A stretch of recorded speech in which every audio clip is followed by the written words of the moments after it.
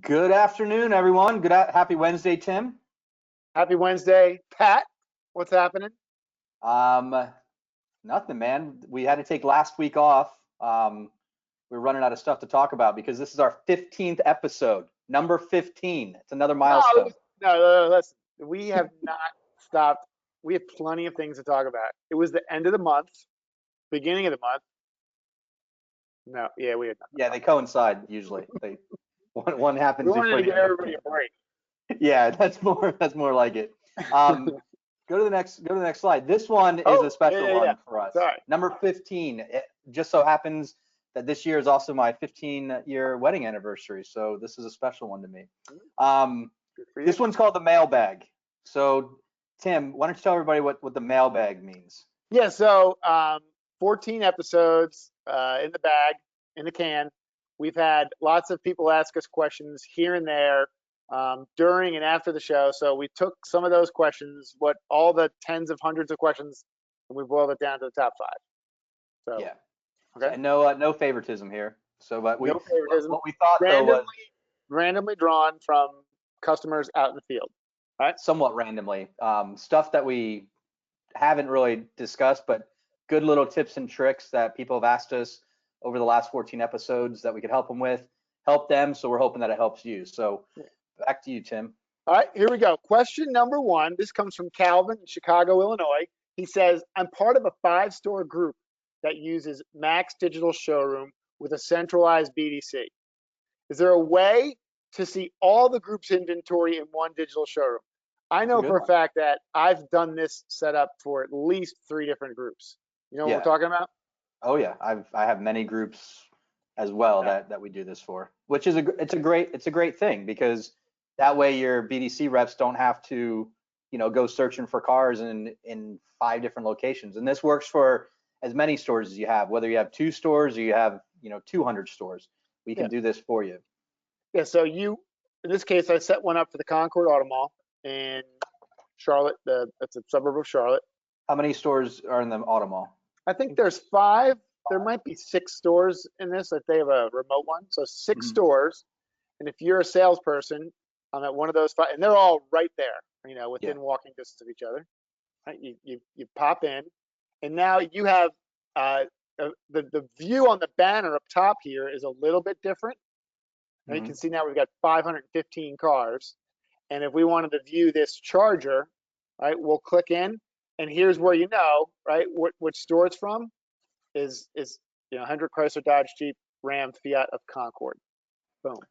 So if you go back a page, I think a real live use scenario in this would be, I'm the customer, I call you up and I say, hey, I'm interested in a Dodge Charger. Instead of just going directly to the Dodge store, you might have some used inventory at the Honda store that meets my criteria. Correct. So this is a good way to kind of open up your lots, especially if you can cross sell between the lots, or if you're a owner or a platform manager, you don't necessarily care what store sells it. You just want the car sold. Right. So it puts the customer on the right car at the right dealership. So it's a great tool. Yeah, it gives you that perception that you have way more cars, and I think leveraging the size of the inventory across multiple stores inside a group, it's the way to go. You want selection is something customers tell us all the time that they want. 100%. Well, good one. Right. Thanks, Calvin from Chicago, for that one. That was a good question. All right, question number 2.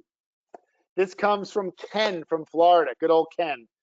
Can you help me identify good cars for my inventory that we appraised but did not close? This is one of your favorites. I know. It is. This is an oldie but a goodie. So if you go to your First Look homepage, right under where you go to appraise a car, a lot of people overlook this, but Make a Deal. Make a Deal is a great tool. What it does is, think of it as a little manager inside the box. You can set some parameters and tell the system when you don't trade for it, when you do a trade-in but you don't take it into inventory, does it match a set of criteria that I'm looking for? So that might be, it's a green light car for me, so it's core inventory. It's a core inventory piece at a sister store. So, I might want to get a buy bid for my sister store. I appraised it, way back a book, so you can set your book thresholds. There's about 10 or 12 different ways that you can set this to have us look for it.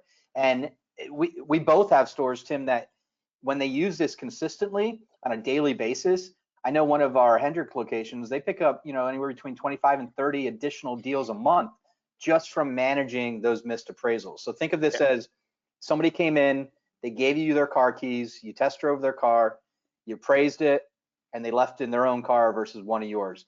Time is, super important with this. So what can we do right away to look for some data and look for some of those missed cars? And all I'm hearing is inventory prices of used cars at the auction are through the roof. They're bringing retail. You should be doing everything in your power to close every trade. And here's another way to close, help you close more trades. So that was a good one. All right. So who was that? Ken in Florida? Ken in Florida. All right. Next one. All right. Brian in Denver, Colorado. Remember Brian? Nice spot. Nice spot. Good guy. How can the system help me identify units that will best fit my credit challenged customers? So Brian works at a store, I think, that probably has some secondary customers. Yeah. Another legacy report, but a very, Where would you send somebody if they ask that question? I would send them to the bottom of the page. Okay. And loan value, book value calculator, or LVBC for short. Yep. So why don't you explain? So this tool takes your everything in your used car inventory.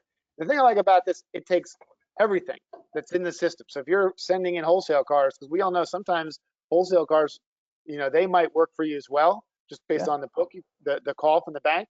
So a very popular call these days is NADA clean trade. So we're going to carry 120%. You run that, we'll give you that multiplier, and then you can sort by every one of these columns. But we'll look at this, 2017 LX 570, 44,000 miles, currently priced at 63.8. Okay, it's got a cost of 55.7. Straight up NADA trade-in is 54.7. 120% is at 65.6.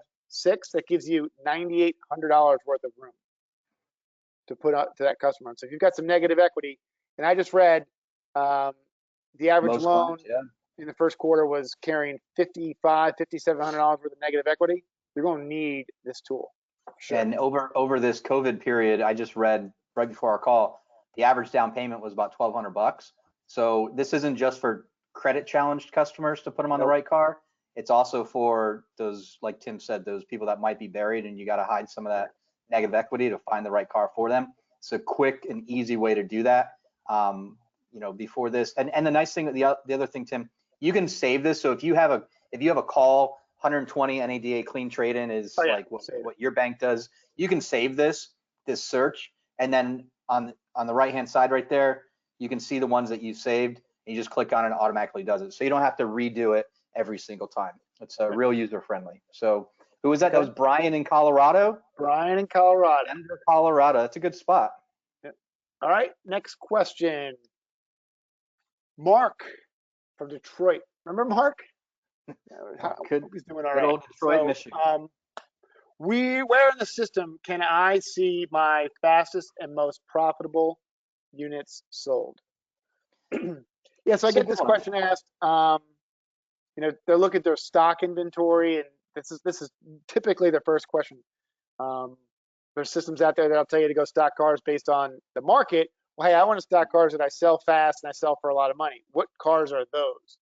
And I think this is like the first place to go look, right? We show that in a lot of different reports, but for this particular question, if you go to reports, then inventory manager, what that Tim's hovering over, this is the quickest way to get that data. So not only will it give you your most profitable and fastest sellers, but then your top sellers too. So right now, I just got a text from a dealer friend of mine.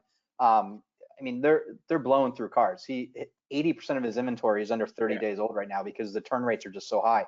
So if we're going to be looking for things to stock in our lot and cars are selling right now, let's stock the right things that turn fast and make us money. Let's take advantage of this, while we can, just in case, these Yeah. record months that people are having doesn't keep going.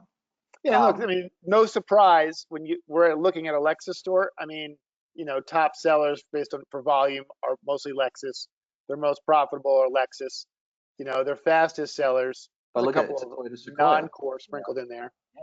But the other thing that I like about this report, Tim, while we're on it, if you hit percentage mode, I always show dealers this because it gives you a good idea of the dollars in inventory that you have invested in, those that metal on the lot.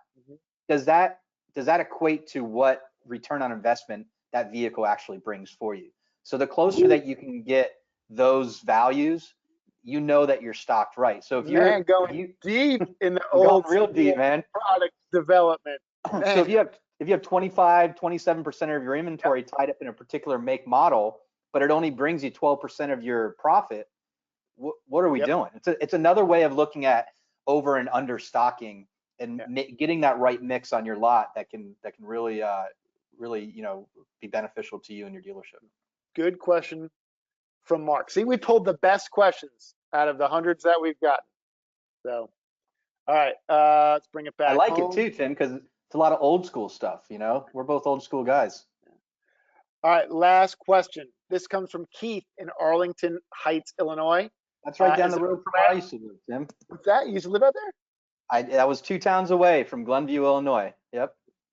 Is there a way to see a trade breakdown of all my, a breakdown of all my trades and purchases in inventory? I actually had a phone call on this too, about this. Like, hey man, how do I know what cars I've taken in versus trade versus purchase? So there's a lot of different ways to sort trades and purchases in the inventory, but I think that to answer this question, you go to the reports tab, and there's right here, trades and purchases report. Boom. Okay, so this will give you a breakdown of, you'll see the 2 tabs here, all your trades. We could select the date range, the range we want, and when did we receive the car, so we get all that information from the DMS. When it was analyzed.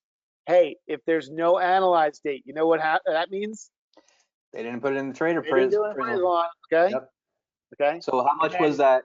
So they didn't do an appraisal on a 23,000. Is that $23,000 car with 109,000 miles?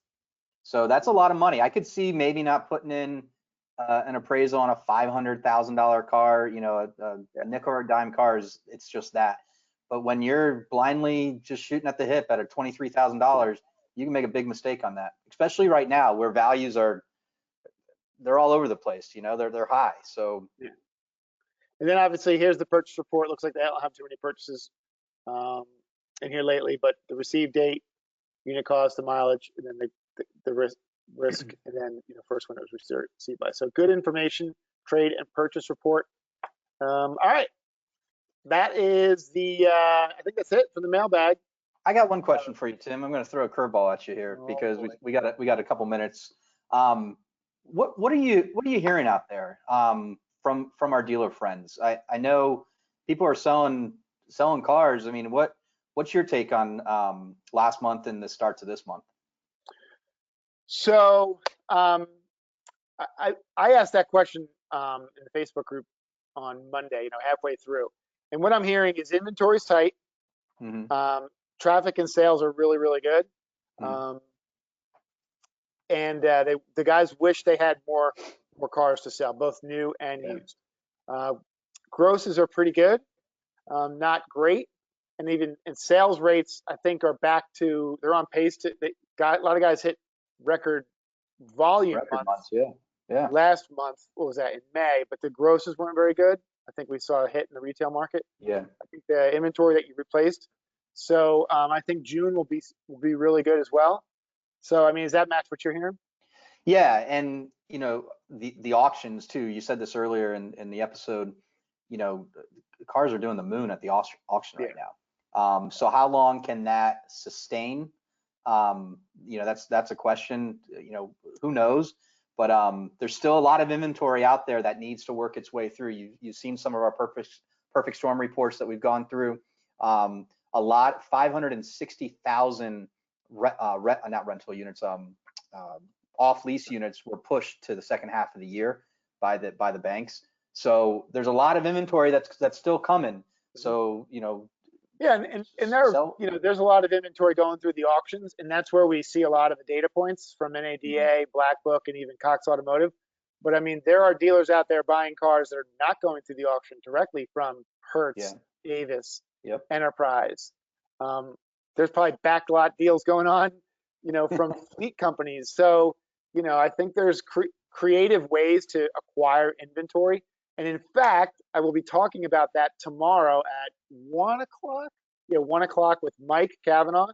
So Drive the Sales Team. We'll talk about innovative ways to acquire inventory. But it's interesting times, man. And look, you and I are doing a video podcast talking about, I don't know what the deal is. In our offices. That's awesome. Offices. So, well, in my underwear.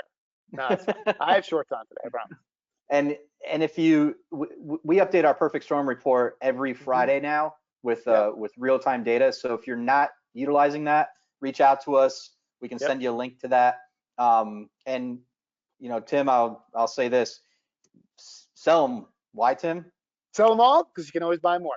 That's true. Thanks everyone for joining. Have a great day, and we'll see you next week. We'll be back. We'll see you next week. We're gonna do this again next week. Thanks, guys.